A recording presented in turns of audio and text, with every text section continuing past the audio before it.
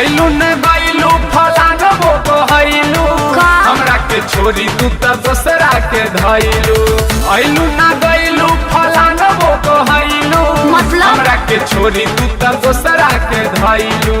पागल जहिया मिलत रहू तू हो लइके में काहे बोला तारे काहे बोला तारे काहे बोला तारे छोड़ा ऐसे रे कमाई बहे तोरा नई खेरे काहे बोला तारे छोड़ा ऐसे रे कमाई बहे तोरा नई खेरे।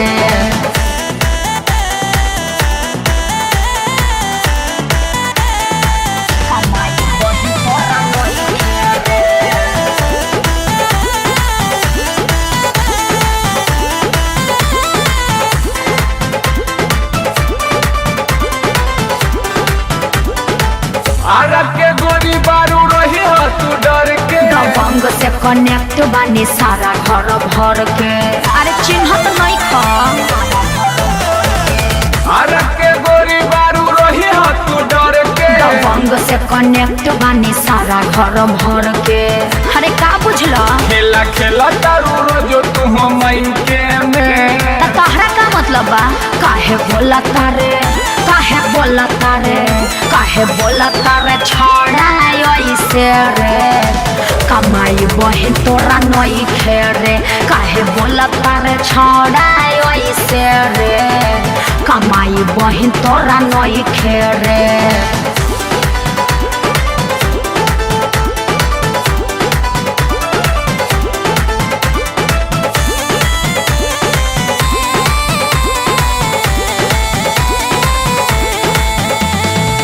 चूल्ही में जाल पे हम तोरा जैसन माल के जाते जे बोलबे बढ़ा देब बबाल के।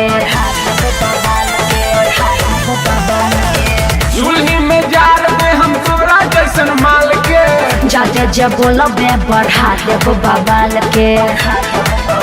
दिल कर तारू तू हो बगीचे में तहरा का मतलब बा काहे बोला तारे काहे बोला तारे काहे बोला तारे छोड़ा ऐसे रे कमाई बहे तोरा नई खेरे काहे बोला तारे छोड़ा ऐसे रे कमाई बहे तोरा नई खेरे।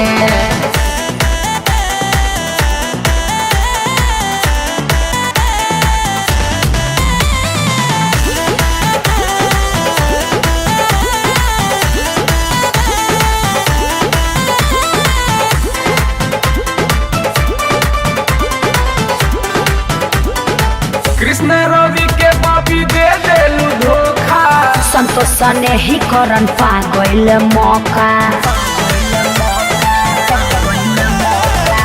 टिंकू पवन के बॉबी दे देलू धोखा संतोष ने ही करन पा गइल मौका।